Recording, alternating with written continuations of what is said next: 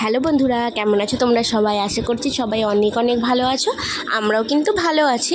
তো আজকে কিন্তু ডেলি ভ্লগ নিয়ে আসিনি। আজকে আমি তোমাদের সাথে শেয়ার করব যে আমি কিভাবে রিহুর জন্য সেরেল্যাক বানাই, মানে হোমমেড সেরেল্যাক আর কি। তো সেটাই আজকে শেয়ার করব। তো এখানে দেখো কি কি নিচ্ছি আমি। প্রথমে নিয়েছি সেদ্ধ চাল, 200 গ্রাম মতন সেদ্ধ চাল নিয়েছি। তারপরে নিয়েছি 100 গ্রাম গোবিন্দভোগ চাল। তারপরে নিয়ে নিলাম 100 গ্রাম ছোলার ডাল। তারপরে কিন্তু নিয়েছি 100 গ্রাম মুগের ডাল। সব কিছুই আমি 100 গ্রাম করে নিচ্ছি। আর এখানে কিন্তু সোনামুগ যে ডালটা হয় সেই ডালটা নিয়েছি, মানে ভালো যে ডালটা সেইটা। তোমরা যে কোনোটা ইচ্ছে ব্যবহার করতে পারো। তারপরে এখানে নিয়েছি 50 গ্রাম কাঁচা বাদাম আর ওই 8 থেকে 10টা কাজু বাদাম, মানে চিনে বাদাম আর কাজু বাদাম। আর এই যে 100 গ্রাম মুসুর ডালও কিন্তু দিয়ে দিলাম এর মধ্যে। তো এগুলো কিন্তু ভালোভাবে মিক্স করে নেব। এরপরে মিক্স করে নিয়ে তারপরে কিন্তু ধুতে হবে ভালো করে। তো দেখো আমি যে এগুলো কিন্তু ভালো করে একসঙ্গে মিক্স করে নিচ্ছি। তো তোমরা যদি চাও এর মধ্যে কিন্তু মটরের ডালও ইউজ করতে পারো, আবার সয়াবিনের বীজ যেটা হয় সেটাও ইউজ করা যায়, অনেক সময় কিশমিশও ইউজ করা যায়। কিন্তু আমি এত কিছু দিইনি, অত কিছু দিলে না আমার ছেলে আবার খেতে চায় না, তাই আমি আর অত কিছু দিইনি। তো এবার এটাকে কিন্তু ধুয়ে নিতে হবে। আর আমি কিন্তু এটা এখানে ধুয়ে নিয়েছি, দেখো ধুয়ে কিন্তু একদম জল ঝরিয়ে নিয়েছি, ঝরঝরেই রয়েছে কিন্তু। আর এটা এবার এই থালাগুলোর মধ্যে কিন্তু দিয়ে দিচ্ছি। তো থালাগুলোতে দিয়ে জলটা পুরোটা শুকিয়ে নিতে হবে আগে। তো একটা কোনো শুকনো কাপড়ের ওপর যদি মেলে দেওয়া হয় সেটা সবথেকে ভালো হয়, কিন্তু আমার ঘরে সেরকম কোনো শুকনো কাপড় ছিল না বলে আমি এই থালাগুলোতেই কিন্তু মেলে দিয়ে ভালো করে এটা শুকিয়ে নেব। যেহেতু থালাগুলো অনেকটা বড় বড় আছে সে কারণে আমি থালাতেই দিচ্ছি, মানে সবসময় আমি এই থালাটার মধ্যে রেখেই কিন্তু এগুলো শুকিয়ে নিই। তো একটা থালার উপরে আমি হাফটা দিয়ে দিলাম, এবার আর একটা থালার উপরে কিন্তু আমি হাফটা দিয়ে দিচ্ছি। আর নিচের দিকে যেই জলটা আছে, মানে এটার থেকে কি একদম নিচের দিকে যেটুকু এর গায়ে জল থাকে সেটা কিন্তু একদম নিচের দিকে পড়ে যায়। তো এখন এই থালার মধ্যে আমি সেটা নিয়ে নিচ্ছি, জল থেকে ছেঁকে ছেঁকে কিন্তু নিয়ে নিচ্ছি। আর এগুলোই থালার মধ্যে মেলে দিয়ে 15 থেকে 20 মিনিট পরপর কিন্তু এগুলোকে একটু নাড়াচাড়া করে দিতে হবে। তাহলে কী হবে, ওপর দিকটা তো শুকিয়ে যায়, নিচের দিকটা ভেজা থাকে। তো ওটা ভালো করে নাড়াচাড়া করে দিলে পুরো একসঙ্গে ওটা মিক্স হয়ে যায়। তো পুরোটাই কিন্তু তাড়াতাড়ি তাহলে শুকিয়ে যায়। আর শুকনো কাপড়ের ওপরে দিলে অতটা বারবার করে নাড়াচাড়া করতে হয় না, একবার একটু নাড়াচাড়া করে দিলেই কিন্তু হয়ে যায়। তো এখানে দেখো আমি কিন্তু দুটো থালাতেই ভালোভাবে একদম ছড়িয়ে দিয়েছি যাতে ভালোভাবে শুকিয়ে যায়। তো এখন কিন্তু প্রায় 3 থেকে 4 ঘন্টা পর আমি এখন এটা নিয়ে এসেছি ভাজার জন্য এগুলো। তো এই যে প্রথমে একটা থালা নিলাম, আর একটা থালাতে এই যে দেখো রয়েছে। তো দুটো থালাতেই আমরা দেখিয়ে দিলাম। এদিকে কড়াইও বসিয়ে দিয়েছি আমি, কড়াই গরম হয়ে গেছে। আর এগুলো দেখো পুরো কিন্তু শুকিয়ে একদম ঝরঝরে হয়ে গেছে, গায়ে কিন্তু একটুও জল লেগে নেই, একদম শুকিয়ে গেছে, দেখে কিন্তু তোমরা বুঝতেই পারছো। তো একটা থালার সব মিক্সটা দিয়ে দিলাম আমি, সব কিছু চাল ডালের মিক্স। এবার আর একটা থালারটাও পুরোটা কিন্তু আমি দিয়ে দেবো। দুটো কিন্তু একসঙ্গে করেই ভাজতে হবে। তো অনেকটা সময় নিয়ে কিন্তু ভাজতে হবে, যতক্ষণ এটা থেকে মানে একটা ভাজা ভাজা গন্ধ না বেরোবে ততক্ষণ কিন্তু ভাজতেই হবে। আর ভাজা হয়ে গেলে তখন না চালগুলো পটপট করে ফাটবে।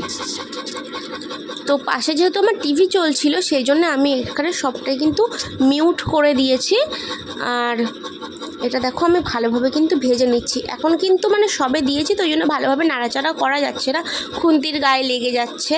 ভালোভাবে নাড়াচাড়া করতে গেলে একটু অসুবিধা হচ্ছে, কারণ চাল ডালগুলো শুকিয়ে গেলেও না বাদামগুলো কিন্তু একদম নরম থাকে। যেহেতু জল পায় ওগুলো, বিশেষ করে কাজু বাদামগুলো একদম নরম থাকে, ওটা কিন্তু মানে ভাজা হতে অনেকটা টাইম লেগে যায় কাজু বাদামটা। তো এটা এখন ভালো করে আমি একদম পুরো মানে ড্রাই রোস্ট বলে না সেরকম আর কি, সেটাই করে নিচ্ছি। তো এরকম করে ভেজে নিয়ে কোনো যেখানে আটা ভাঙায় ওই সব জায়গা, মানে গম ভাঙায় যেখানে, সেই সব জায়গায় নিয়ে গেলে কিন্তু সেখান থেকেও ভাঙিয়ে দেয়। আর আমি সেখানে নিই না, আমি কিন্তু এটা পরে মিক্সার গ্রাইন্ডারে এটা কিন্তু একদম পুরো পাউডার একটা করে নেব, এটার গুঁড়ো আর কি। তো তাহলেই হয়ে যাবে। তারপরে যখন খাওয়ানোর দরকার তখন কিন্তু রান্না করে খাওয়ানো যাবে। তো তোমরা জানো যে আমি রিহুকে এটাই খাওয়াই। তো অন্য সময় আরও পরিমাণে কম বানাই, এবার একটু পরিমাণে বেশিই বানিয়ে নিয়েছি।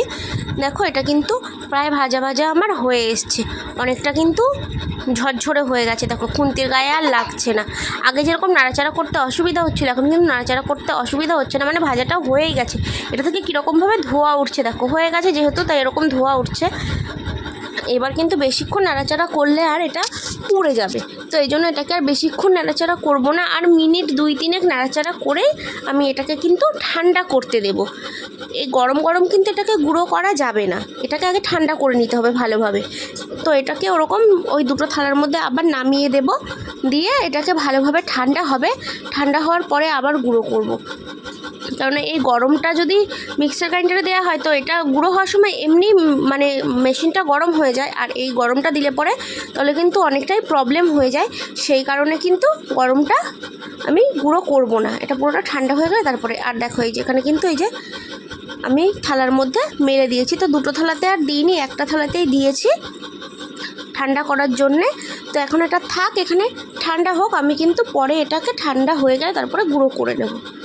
আর এদিকে দেখো এই যে রেখে দিয়েছিলাম, তখন কিন্তু ঠান্ডা হয়ে গেছে, এই চাল ডাল যে ভেজে রেখেছিলাম ঠান্ডা হয়ে গেছে। এটাকে এখন আমি কিন্তু এই বড় একটা মিক্সার বাটিতে করে আমি গুঁড়ো করে নেব। তো এই মিক্সার বাটির মধ্যে এখন দিয়ে অল্প অল্প করে দেব, 2-3 বারে দিয়ে কিন্তু গুঁড়ো করে নেব, কারণ না পুরোটা একবারে হবে না, এই জন্যেই আমি কিন্তু বারবার করে দিয়ে গুঁড়ো করবো। পুরোটা একবারে দেয়া যায়, দিলে না দানা দানা থেকে যাবে, একদম মিহি হবে না, একদম মিহিও কিন্তু এটাকে করা যাবে না, হালকা দানা দানা মতো থাকবে এটা।